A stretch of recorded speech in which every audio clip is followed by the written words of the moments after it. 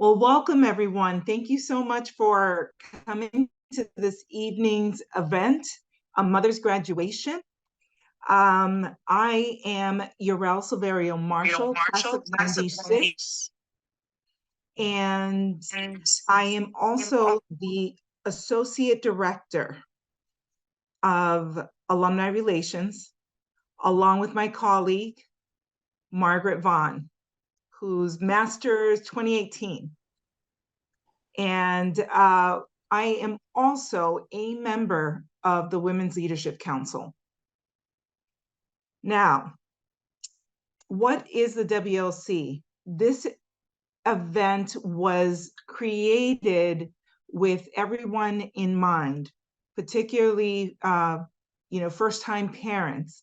And this virtual event is particularly special because we've invited parents who may or may not be part of the Women's Leadership Council. So if you would bear with me for a moment and just explain who we are. The Women's Leadership Council was founded by the alumni trustees of the college to continue to support and strengthen the alumni network. The mission of the Trinity College Women's Leadership Council is to build and sustain a network of support for all women identifying Trinity College alumni and students. The WLC creates opportunities for mentorship in which alumni connect with one another and/or undergraduates. In addition, the WLC provides experiences and benefits that assist alumni through their lives in both personal and professional endeavors. The WLC has also encourages alumni and to support the college philanthropically and strives to foster an engaged and dynamic community from which to identify future leaders who will help amplify the voices of all Trinity women. Programs such as this are reflective of our mission. So just a couple of housekeeping items. We hope that you keep your camera on, but we understand if you would like to turn it off. Michele and Cynthia intend this program to be as interactive as possible. Unless you're speaking, we ask that you remain on mute. If you could check now that you are on mute, that would be very much appreciated. This event is being recorded so that you can view at a future time, as well as those who were not able to make it this evening. Please feel free to use the chat to ask questions or offer thoughts throughout the evening, but we also have a Q&A, which you can use just for us to ask the questions during the programming. And now I introduce you to Michele Rosner Saunders, class of 84, and Cynthia Dokas Whipple, class of 87, as they begin our conversation, A Mother's Graduation. Enjoy. Thank you, Urel. Thank you. Hi, everybody. Can you all hear me? I only see a handful of, yeah? Good. Okay, great. Very, very nice to be here with all of you. For any of you who are listening in, who can turn your video on, like Urel said, I would love that. I know Cynthia would too. We'd love to see all of you and have the feeling as though we're all in a room discussing this very important topic together. So welcome. I am, as Urel said, Michele Saunders, class of 84. I'm here with Cynthia Whipple, class of 88. We are so happy to be talking about a mother's graduation, and I'm going to start our slide presentation and share with you the first couple of slides before we move into the meat of the discussion. So yes, this is the Women's Leadership Council, and this is the kickoff, I think, right? This is the kickoff meeting, webinar that we're having with all of you. And the context for our program, Cynthia and I put together the context for a mother's graduation. And really the reason and how this all came together is that Cynthia and I were having a discussion, a conversation, and we know from our own experience both our own professional experiences as well as our personal experience, that this time of life, this chapter of dropping your child off at college or anywhere out into the world and leaving home is a big moment. Whether you are an empty nester now or soon to be, it's a big change in life. And really, excuse me, really, there are bittersweet emotions that go along with it. There's excitement for your child. There's curiosity and wonder. There's a sense of sadness and grief, so to speak, of a chapter ending.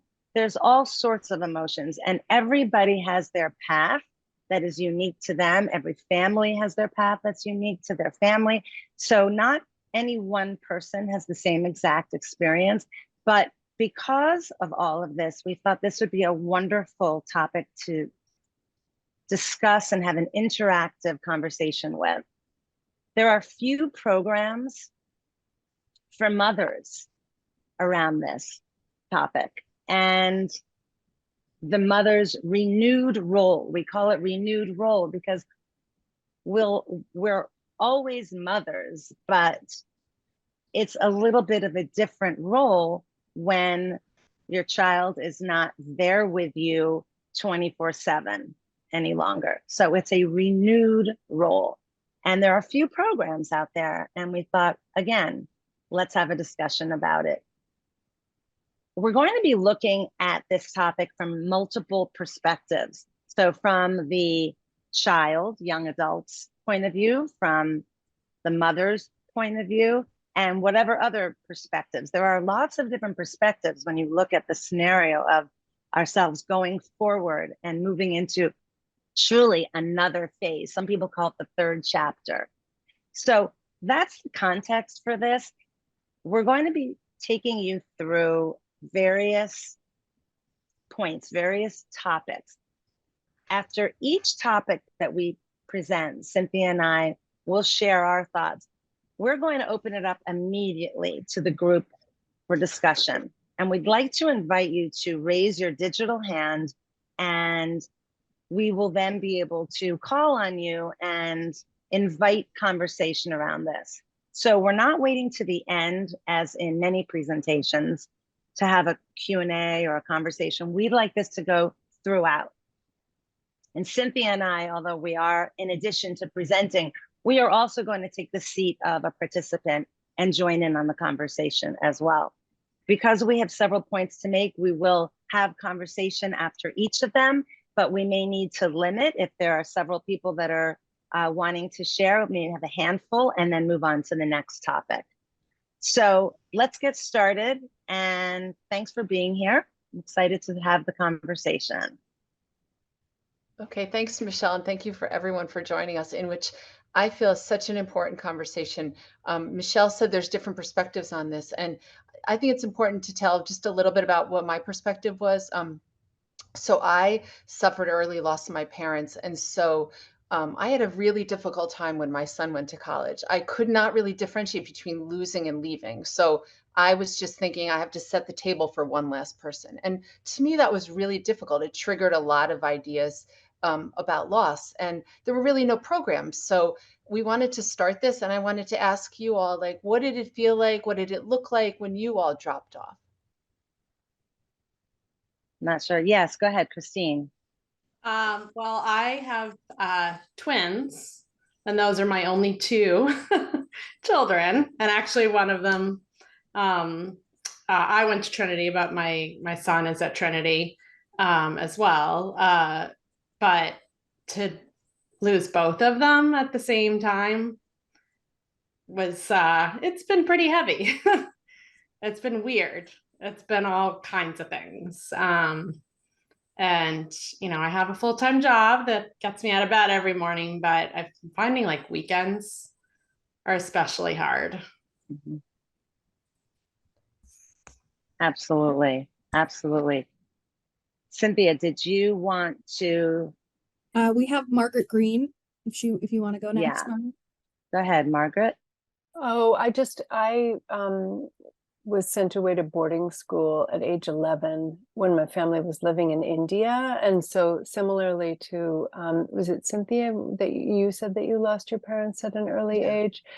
Yeah, the saying goodbye really has triggered a lot of feelings in me of loss. Similarly, and I thought it was a very low blow playing that song at the beginning of this meeting so that we would all come on. You know, it was a tearjerker. It's I have to confess, I was biting my tongue so I wouldn't cry, and I've already sent 3 off, so I really don't have a good learning curve. Yeah, yeah. It's so interesting. I lost my father when I was 11, and it's interesting how this concept of loss gets triggered when we may not even realize that it's being triggered. So yeah, when there's that experience that Cynthia's had, that Margaret, that, you know, I'm sure many of us have had our own situations of loss, the mere fact of letting a child off and to go away from you just automatically brings up, even if it's very subconscious, a feeling of separation, apartness, and loss in a way. And we'd like to talk about this distinction of loss, losing really, versus leaving. Cynthia, did you want to talk a little bit about that from your perspective, and then I'll chime in as well? Yeah, I remember something that my friend said to me, and I always share this with all moms that are going through this. She said, "You're not you're not losing him. You're just sharing him with the world." And I think that that makes you really proud of what you've given the world in this child. That doesn't mean it's any easier. It just means you try to like reframe the narrative a little bit, so you're not completely crying every single time you drop off. Yeah, absolutely. It's very relatable. I think the concept of leaving, that they're leaving, is, it puts things in perspective. Having a plan, I know for me, having a plan, there's always that parents' weekend that comes up, and then maybe another visitation, who knows, maybe, you know, then you look to Thanksgiving. There are events that we can put on the calendar that we know to look forward to, that may calm down the feelings of that are triggered, of that feeling of loss, and instead hopefully provide more of an excitement of what's to come, hearing about your child experience, hearing about what school is like or wherever they are out in the world. Some, you know, some kids don't go off to college, they're in the military, wherever they are, hearing about their life can bring a sense of excitement, and we really want them to grow and fly with their wings and feel able. So if we recognize that it may bring up a feeling of loss, but we're not losing anybody, it's very important, I think, to keep that perspective, and may help with the transition. Do we have any other I see Liz's hand. comments? Yeah, I was just going to say this distinction is super helpful to me because I definitely experienced it as loss due to my family background. And, you know, I said to a friend something like, I think for me, it triggers this sense that like we're going to be disconnected, and like, are we going to be disconnected? And she said, well, why don't you try and frame that as like, how are we going to stay connected? You know, not like, is it going to be cut off? Our relationship's not cut off. It's just changing. And we'll find new ways to connect. Exactly. New ways. Exactly. It's really, it's, I know for me, both of my kids now are out of college, young adults working, living their life. And I know for me, when I think back to when my first child went, it was very hard. And oh, I remember walking by my son's bedroom and just kind of going, oh, because I didn't want to go into it, because it just brings back that feeling of there's such a still bedroom with the bed being made and nothing's changing, you know? And then when my once my daughter went, it again kind of brought that all back again. And then I know for each child, for me, after about a couple of weeks, let's say, they're getting into their groove, I'm getting into my groove, and things start getting into sort of a new normal, a new norm, and then figuring out, how are you connecting? How are the conversations going? What is it looking like? And there's that forward feeling, I think, that really helps, instead of looking back in terms of, oh, what are we leaving behind us? Instead, what's to come? What's to come? And to that, I never really say goodbye when I drop them off. I just say, I'll talk to you tomorrow. And even that's a small text, like, hope you're having a great day. It just keeps the continuity. Yeah, absolutely. So how about I move on to the next slide? This distinction of being alone versus being independent. So to that, I'll say, I always tell my kids, and I tell kids that I work with when I was at the college level, like, alone and independent are not synonyms, right? So you can help your student or your child become independent, but I always want them to know someone's in their corner. And so it's important to teach them about resources and tell them that they still have a big support system, and they that can be right on by them while they're trying to navigate their new independence. How does everyone else sort of keep the balance between independence and letting them figure things out on their own? I see Stacy's hand. Stacey, yeah. Hi. Yeah, sorry I'm not on camera. I wasn't prepared for that tonight, but I think one of the ways that I try to find that balance is, sort of going back and forth between sending more texts to check in and, let my kids know they're there, and then sometimes backing off a little bit and letting them come to me with the texts or the phone calls. So sort of trying to find like a fluid dance with that. Sometimes I lead, but then I make sure to let them lead with the amount of, contact as well. Very nice. Very nice. Thank you. Thank you for sharing that. Anybody else? I just have conversations with mine. I check in with them, and in conversations, I might make a suggestion, but without the expectation that they're going to do it. And I let them know that these are suggestions and it's up to them, but to give them other options, and to know that it's also normal to talk things through. Because there are children does not necessarily mean that they're not other human beings. And we do that with our partners. We do that with our friends. So we're also teaching them social skills that they can take with them to either among their friends, among, teachers and other communities that they're starting to build without us. Exactly.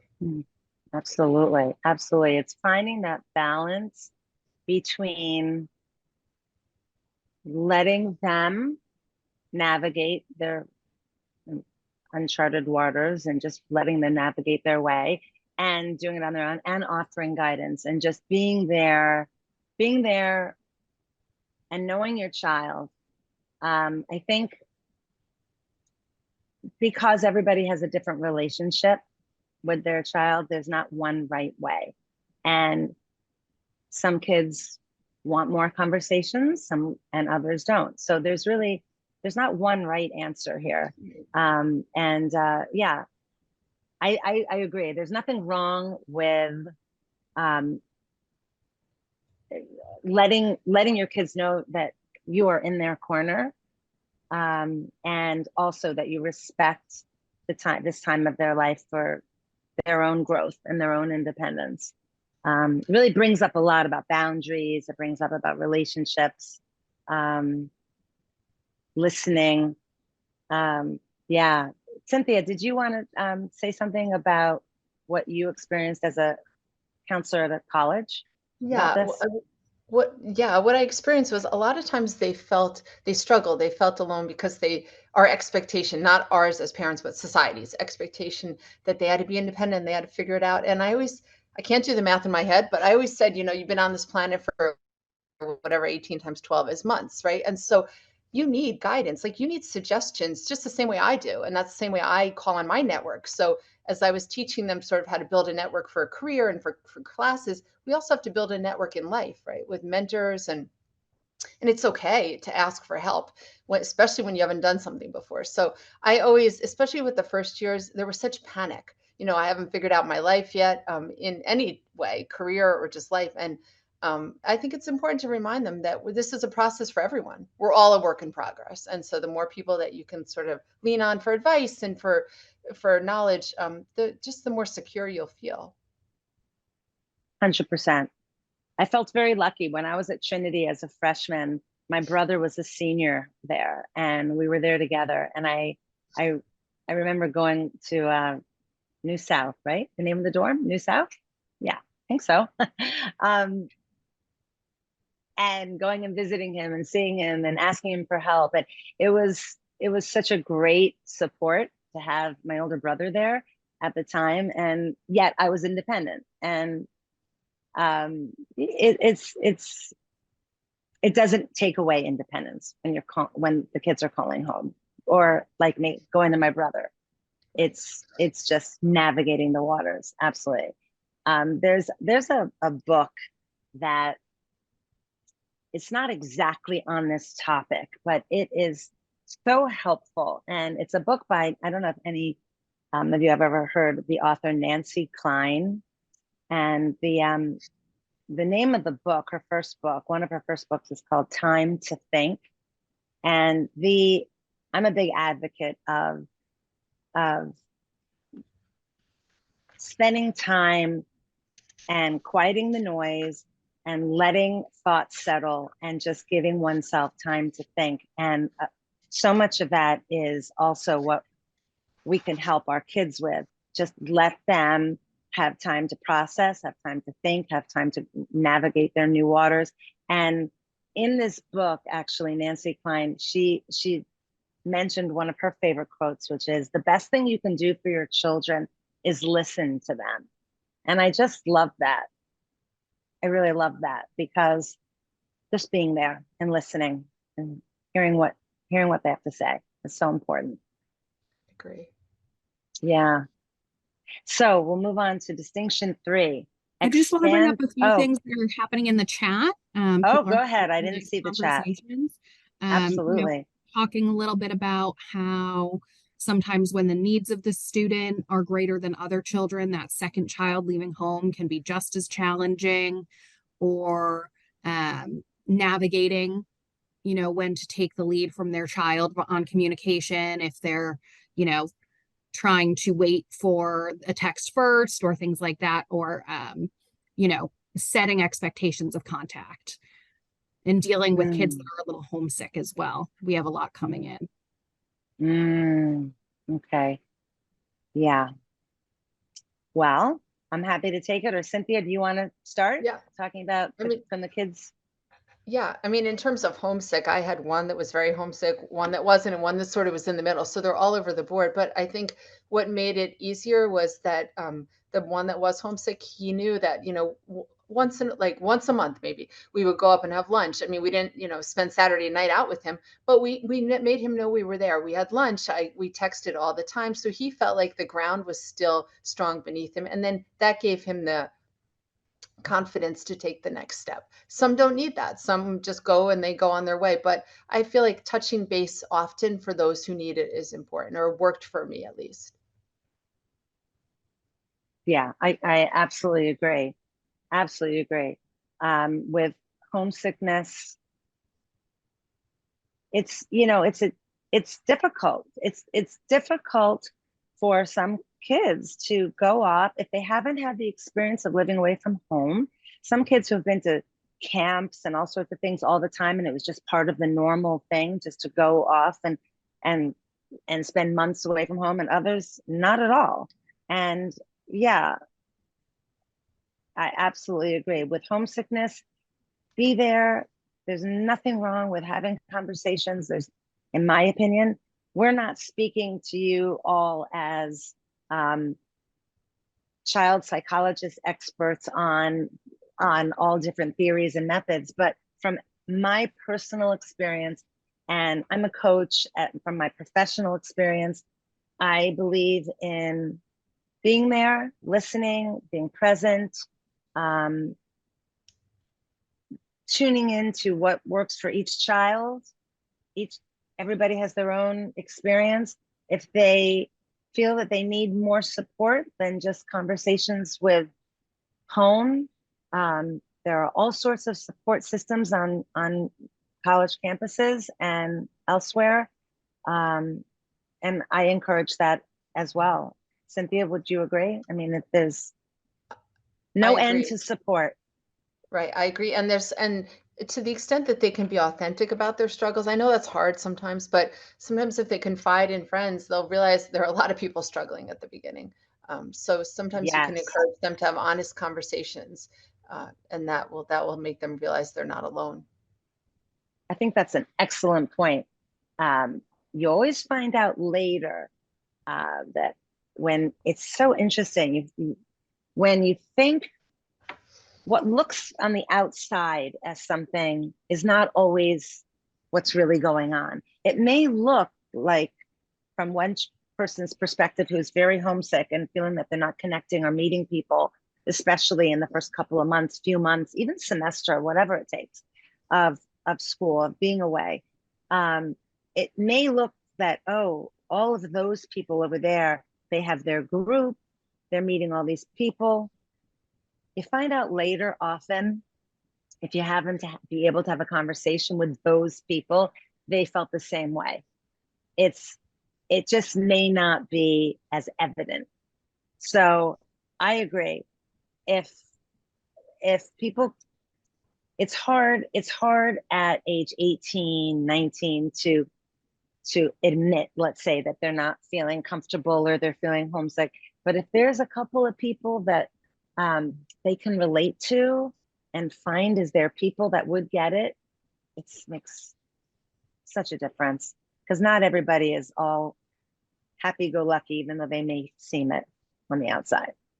I think it's a lot harder for this generation because of social media, right? We didn't have that. So another conversation that you could have is like, how real is social media? And what you're seeing is not necessarily what people are feeling. Again, at 18, whether or not you believe that, I'm not sure that's what matters. What matters is just to have it out there. Yes. Yes. Is there anything else in the chat? I don't see the chat at the moment.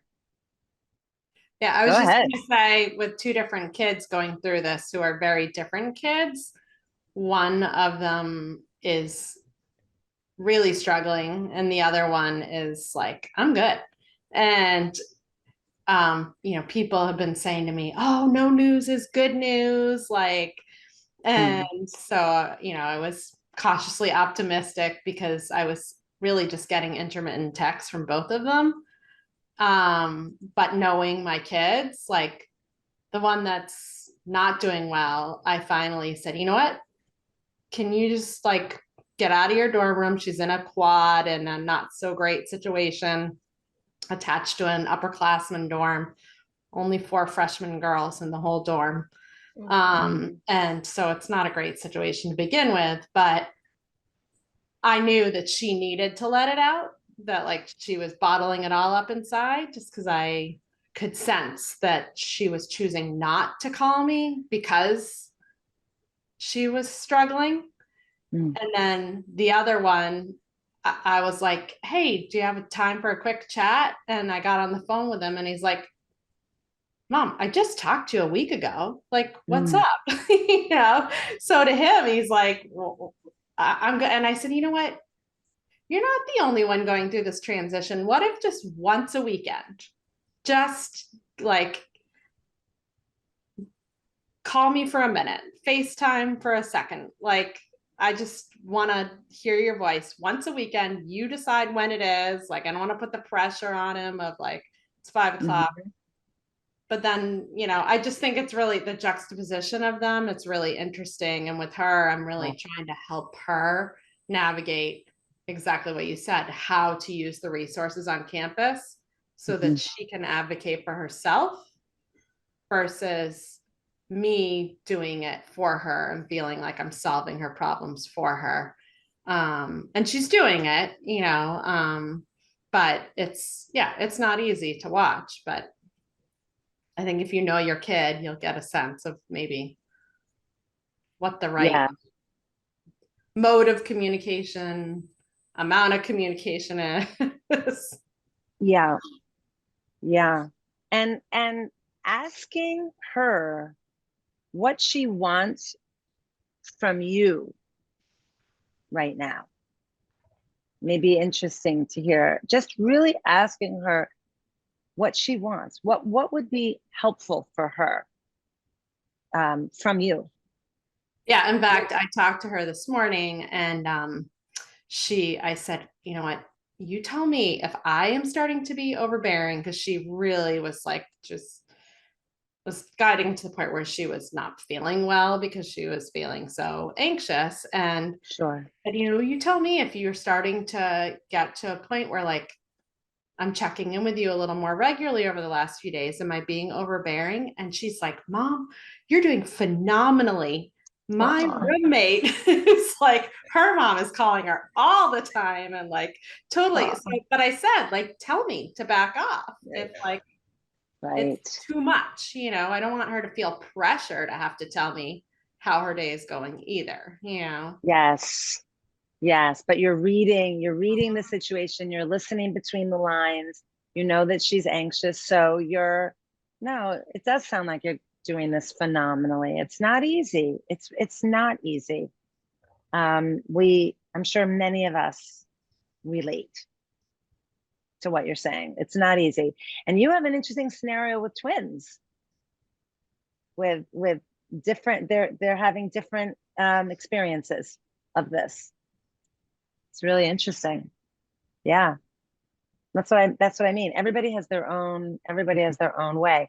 But she's telling you you're doing phenomenally, and it sounds like you are there for her, and just, yeah, I would say just keep doing it. And if she needs to see you, or you need to see her or something, I don't know how far away she is, but she far?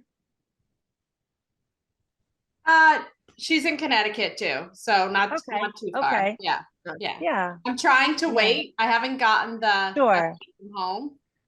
I've gotten a lot of tears, but I haven't gotten the one I want to come home. So I'm waiting. I've decided I'm gonna like wait for that and then say, well, how about instead of coming home, I come to you and we just go grab lunch and get off campus for a little bit. Absolutely. I was going to say, I'm a big Cynthia. Yeah. I'm a big believer in that, because the coming home I've seen with one of mine can get hard, because then it's like they have to go back again, and it's weird for them sometimes. But you're going to their world, and then that's sometimes easier, and they know that you're still there. Yeah. I see Stacy's hand. Sorry, no, if it's the Stacy, I did not raise my sorry. I'm not sure who's speaking. Yes, it's another Stacy Elliott. Yes, can you hear me?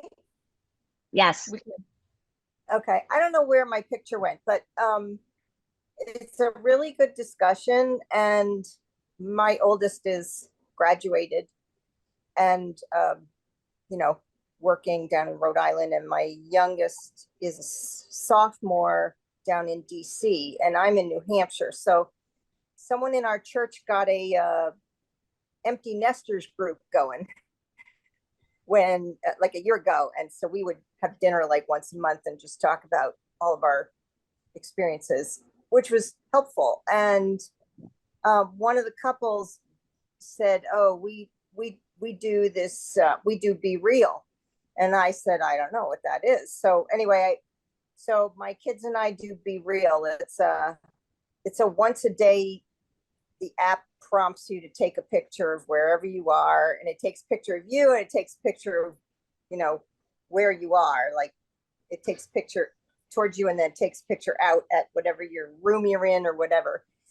So my kids and I do that. And so nice.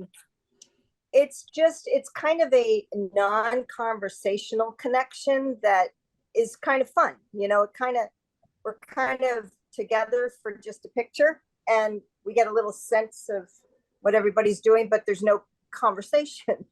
But it's been very helpful to me as a mom, and I think my kids like it too, because I mean, if they didn't, I think they wouldn't be participating, right? So I mean, one of them posts on, to a lot of friends and stuff, and the other one doesn't use social media at all. So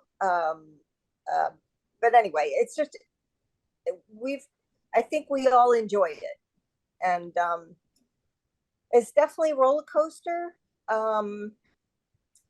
The whole leaving thing, for them and for me, and it changes so much over, the different semesters. She's in her, like I said, she's a sophomore now, so she's gotten over that freshman year, which was, it was a lot. It was a lot. But anyway, I just wanted to let people know about the Be Real app, because It's great. it's been kind of fun. I love that. I don't know that app. That's great. Thank you so much. I love that. Yeah, it's a little snippet. It's a little snippet of the day. It's just that connection. Connection. So nice. Right. I love it. Thank you. I love that. So the next distinction is coming from the point of view of we, the mothers, the not necessarily what our kid is going through, but what we're dealing with in terms of expanding or feeling limited.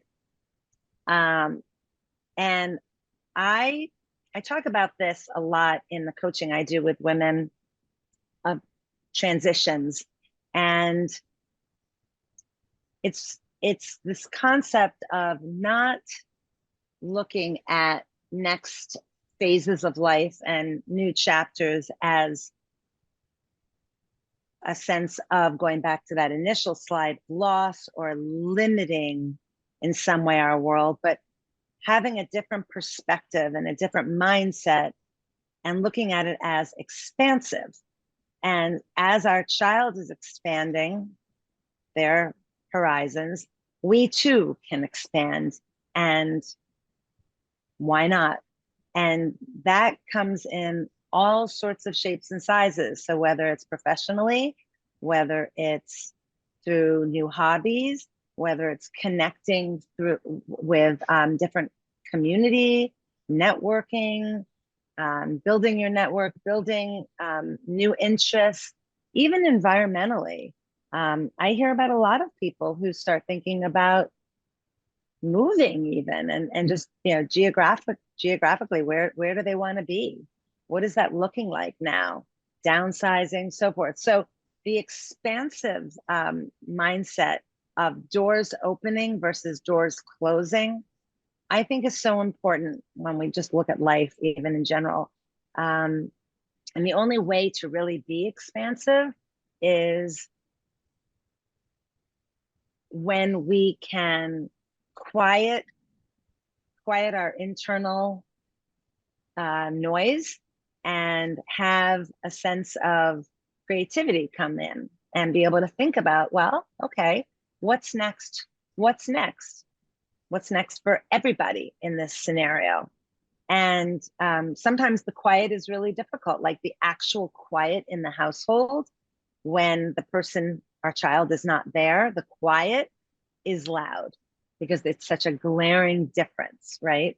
But if we sit with that and we allow the quiet to allow us to think and allow us to just get creative and have new ideas, that's when new really interesting horizons can occur. So I invite people to think about expansion and think about this as not a limiting time necessarily, but a time to grow along with your child. And I'm curious, Cynthia, if you have any thoughts to add to that. Yeah, I mean, I love you. I love the idea of expansion. I think something that we heard when the kids were younger or when we first started having kids was, what are you going to go back to? I'm going to go back to being X or full-time, part-time, full-time, back to something, but you don't necessarily have to go back to something. You can expand because the world has changed a lot in the 18 or 20 years. So I love the idea of thinking about what your strengths are and how you want to put them out in the world. Mm-hmm. Yeah. Curious if other people have thoughts about this, or if it's even crossed your mind, this kind of distinction. And if not, we can come back to, oh, go ahead. Is it? I don't hear you. I know. Sorry, I had to find the button. I said thank you because I really love that framework. I hadn't really been thinking of it as limiting, but just stating it as like a time of expansion for you, as well as your child, I think is a really useful idea just to put out there. So thank you for that slide. Oh, sure. Oh, I'm so glad. Yeah. Yeah. It's we can expand with them. Yeah. Which is nice. For me, I'll tell you personally, I had a career for a number of years in human resources. And then I took a number of years home where I was home with our two kids. And when my youngest was getting ready to start the whole college search and all of that, that's when I started to think, what is going to be my next chapter? Am I returning to my former work? Am I thinking about something different? And so for me, when my daughter went off to college, I started expanding too. And it became kind of fun, actually, when I was able to get over that they were gone. But then it became fun in that they could ask me questions about what I was doing and the coaching program that I was in and all of these new things for me as well. And so it became one big expansion for everybody, which is nice. So I very much relate to that concept. And I'll chime in my story. I was practicing lawyer, this is a crazy story, but I was practicing lawyer and then I stayed home with my children. I did a lot of college counseling. I wrote a lot. Those are my my real passions, the writing, and so then I returned to the law. So back to what we're saying, I returned back to what I was doing. And what I've noticed is you can return because you still have your strengths and your skills, but you're not returning as the same person. So you have to really think about that. And it's okay to admit that you're not the same person that left something 18 years ago. And maybe you are, and you've added another dimension to yourself. So just a lot of internal conversations that you have to have. Mm-hmm. Definitely. Definitely. So I'll move on to the last distinction, which is stagnating versus moving. I remember there were times when I felt that quietness and I felt sad, teary and everything, just not having the kids home. And that can bring on a sense of not doing anything, just kind of sitting there with the emotions, that stagnation. But if you think about taking steps towards whatever this expansion mindset brings for you, even just one thing one day, one thing another day, it's so helpful in terms of moving forward and adapting to the next phase of life. It's just so helpful. I think always movement and exercise, yes, but I'm talking about actually moving and doing something that is either maybe in your professional life, some form of growth, something different in your personal life, whatever it might be, that again, you feel the movement along with your kids who are also moving and growing and doing so much. Anybody have any thoughts on that, or anybody relate? I love the idea, Michele, of one step each day, because we don't have to have it all figured out. And I feel like if you can be authentic with your child and say, you know, don't worry that you don't have it figured out. I don't even have it figured out. And so every day I learn more about myself. I learn more about my community, and that, you know, that's the moving, and that makes you get out of bed, because it's isolating and it's sad when they're not there. I always say they're my favorite people. And, you know, when they're not there, it's sad. So now you have to sort of move and see what your next step is. Yes, absolutely. Absolutely. And there are many people who have not skipped a beat with working. I mean, Cynthia and I both took time off, but many of my friends stayed working throughout. And there's still an adjustment. There's still an adjustment. So whether you're so busy and absorbed with work or not, there's still that adjustment. And so in whatever sense movement makes sense, and a step in a different direction makes sense for you, that's what we encourage. This next slide, a little busy, this slide, but this is from, if everybody can see this, this is from the Institute for Professional Excellence in Coaching. This is where I became trained as a coach. And this is a slide that talks about the various factors, so to speak, that go in and affect transitions. So when you think about it, I thought this would be interesting to bring in, because we can look at all of these different points along the wheel here: acceptance, accepting the situation, accepting what's happening, accepting this new phase, conscious choice. What are your conscious choices you're making now? Are you texting? Are you calling? Are you making arrangements? Are you making a plan for the calendar a month from now? What's consciously, what are you doing to help yourself and your child through the transition? Trusting the process, authenticity, being real, like going back to that app, and taking a picture of where everybody's at in the moment. Energetic engagement, being present, fearless, confidence. All of this adds to the various factors that play a part in handling the transition. So there's so much that we can go into and talk about here, but just to show you that this is so multidimensional. I think they're calling it a mother's graduation. We're graduating from one phase of our life to another, and there's so many facets to it. So we wanted to share just some of those that we recognize and that we both, Cynthia and I, have experienced.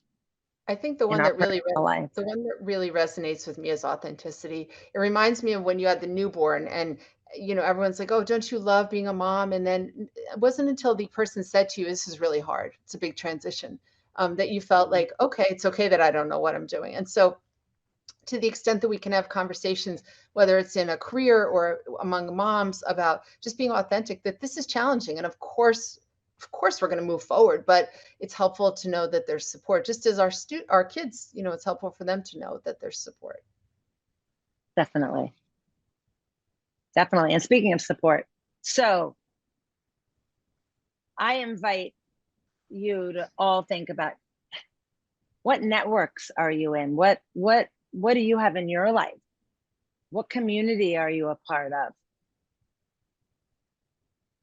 Therapy is always out there for anybody that wants support. Coaching is always out there for anybody that wants support. So it's just, this is a conversation that we wanted to have, because we feel it's important for mothers, you know, and fathers, to be seen and heard and acknowledged that it's not the easiest transition, and it's something that's so common and so felt by so many. So there's support out there, and absolutely don't hesitate to find the support that might work best for you. And if anybody ever wants to have a conversation with Cynthia or I, or, you know, to move forward, our information is right here. Never hesitate. Feel free to reach out. And I think we're also going to put on the post meeting questionnaire that goes out from Trinity. If anybody wants to have any continual kind of discussions around this topic, let us know. And yeah, So absolutely reach out, connect. The conversation is always available. Yes. And I will end this. Yeah. And if we have 4 minutes left, Uriel, did you want to close us up? Thanks so much, all of you. Thank you. And thank you, Uriel, for having us, and Michele, for having us. Thank you. It's important to have these among the college campuses. I don't think enough is spoken about it. Great. You're so right, and I'm very appreciative, Michele and Cynthia, for broaching the subject and planning all of this out. As we can see, there's all of the messages of appreciation, because this is what it's about: being authentic and having transparent communication. I think historically, there's so many things that we that are caregivers internalize because we don't want to admit that we don't know, but there's never been a handbook to share. And every experience is very unique. There are some words that I heard that I can completely relate to, and then there are others that I was just like, oh, that's a feeling that I don't know, but I definitely appreciate knowing. So Cynthia and Michele, thank you so much. To our audience, thank you for participating. If you are a caregiver to to a female student, please encourage them to look at the Women's Leadership Council, because this is an example of the next steps. We talk about all phases that affect us. And so we look forward to your feedback in terms of suggestions, as well as knowing whether we want to move this conversation along. So when you receive an email from us, please, I ask that you respond with feedback, because that's the only way that we make these programs work to the way that you would like. Everyone have a wonderful evening, and until the next time, good night. Good night, and Thank thank you. you.